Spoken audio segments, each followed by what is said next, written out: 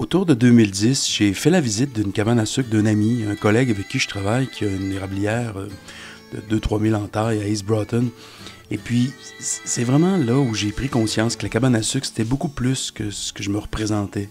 C'est-à-dire que oui, c'est un endroit où on fabrique le sirop d'érable, c'est un endroit où on fête, où on rassemble les familles, où on se voit en gang, puis on a du fun. Mais c'est aussi un espace, un environnement où on crée des souvenirs, où on passe des traditions, où on donne des enseignements, où on bâtit une relation, puis on marque le lieu avec des gens qui sont chers pour nous. Puis finalement, c'est un lieu beaucoup plus riche qu'un simple lieu de production alimentaire. C'est quelque chose comme un lieu sacré.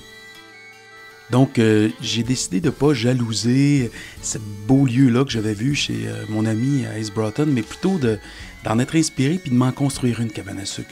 Je me suis dit, moi aussi, dans ma famille, on va se donner un espace comme celui-là de tradition, de transmission, de partage du savoir puis des valeurs.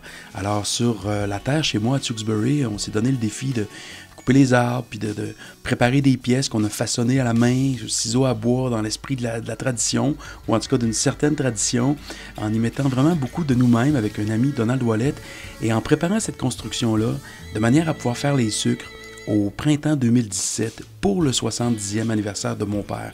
Alors je me suis dit, on va commencer ça en grand, on va tout de suite placer plein de souvenirs dans les murs et puis lancer ça en se rappelant que c'est d'abord là pour célébrer la famille, célébrer des valeurs. Et puis après, oui, il y a le sirop d'érable. Et sans dire que c'est secondaire, ça finit par être un prétexte, un très beau prétexte, mais un prétexte quand même. J'avais déjà des expériences où j'avais travaillé avec un brûleur au propane, puis un paquet de petits accessoires qui me permettaient de faire un peu de sirop, où c'était toujours un peu trop long à mon goût finalement. Puis je me suis dit, tant qu'à investir et à faire un projet, j'aimerais avoir un évaporateur qui permet de faire comme les vraies cabanes, c'est-à-dire que le sirop puisse couler directement de l'évaporateur, de la panne de finition à l'avant. Et je me suis dit, c'est pas vrai qu'on va investir ce temps, cette énergie-là, ces sous-là, pour finir encore sur un brûleur au propane à côté. Alors, on a fait le tour un peu des portes ouvertes, des conférences qui se donnent, des journées acéricoles pendant quelques années en préparation à notre projet pour réaliser finalement que si on avait un plus petit évaporateur, nous on a un 2x8 chez Dominion Grimm, ben on a intérêt à reculer la panne de finition un peu.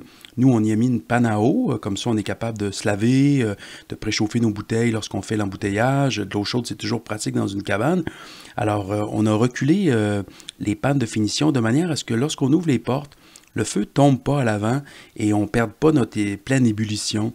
Alors, de cette manière-là, la première panne dans laquelle il y a le sirop qui se finit est toujours sous le feu vif et c'est de cette manière-là qu'on est capable vraiment de couler directement de l'évaporateur là, comme des pros.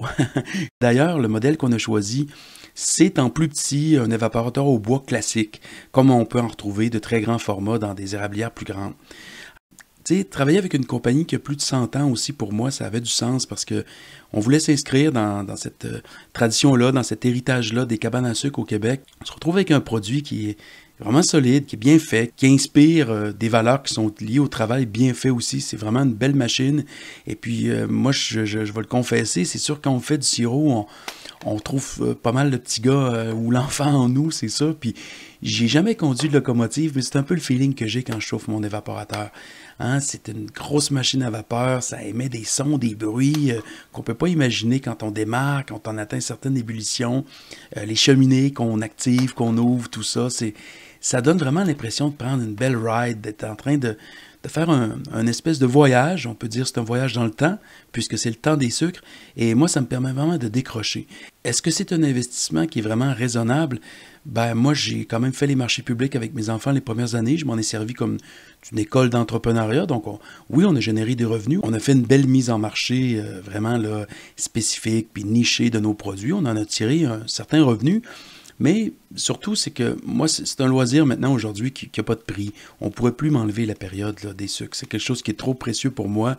C'est un moment où je décroche, où on dirait que plus rien peut m'atteindre. Il n'y a pas de prétexte assez sérieux pour venir me déranger. Puis au Québec aussi, les gens ont du respect pour ça. T'sais. Oui, on te laisse tranquille quand tu vas à la chasse.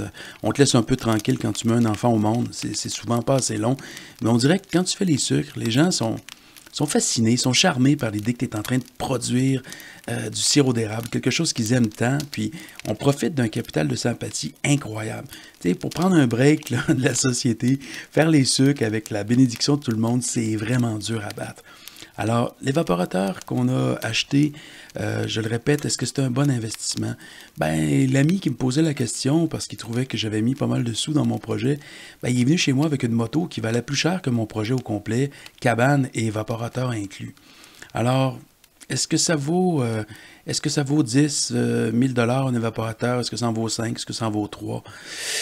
Il y a des plaisirs, puis il y a des expériences qu'on vit, il y a la possibilité de rassembler les gens qui n'ont pas de prix.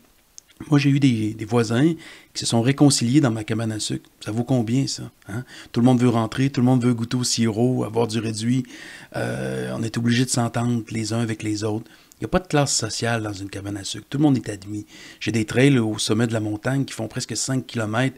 J'ai des gens qui arrivent en pleine nuit en skidoo parce qu'ils ne peuvent pas dormir, puis ils se disent, je vais aller voir si Jean est en train de bouillir. Ça a une valeur incroyable. Les liens, l'esprit qu'on est capable de créer dans la communauté avec ça. Je le disais tout à l'heure, les sucres, c'est un prétexte, mais c'est peut-être le prétexte le plus fort qu'on a ici au Québec. Après avoir traversé l'hiver, c'est la première récolte, c'est le premier signe de vie qu'on reçoit de la nature, et puis c'est un signe qui est délicieux. Alors, voilà tout ce que j'essaie d'inscrire dans la cabane chez moi, puis voilà pourquoi j'ai fait le choix d'investir vraiment pour avoir un équipement qui en soit un vrai.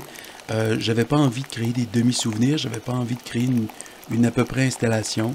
Et puis on fait des choix dans la vie, effectivement. Pour être capable de mettre des ressources là, il faut accepter qu'on n'en met pas ailleurs. Et si c'était à refaire, ben, je ferais exactement les mêmes investissements. Et je prends le mot investissement parce que toutes les conséquences humaines, toutes les retombées dans l'amitié, dans la famille, qui sont générées par cette locomotive qui fait du sirop d'érable, encore une fois, je le répète, ça n'a pas de prix.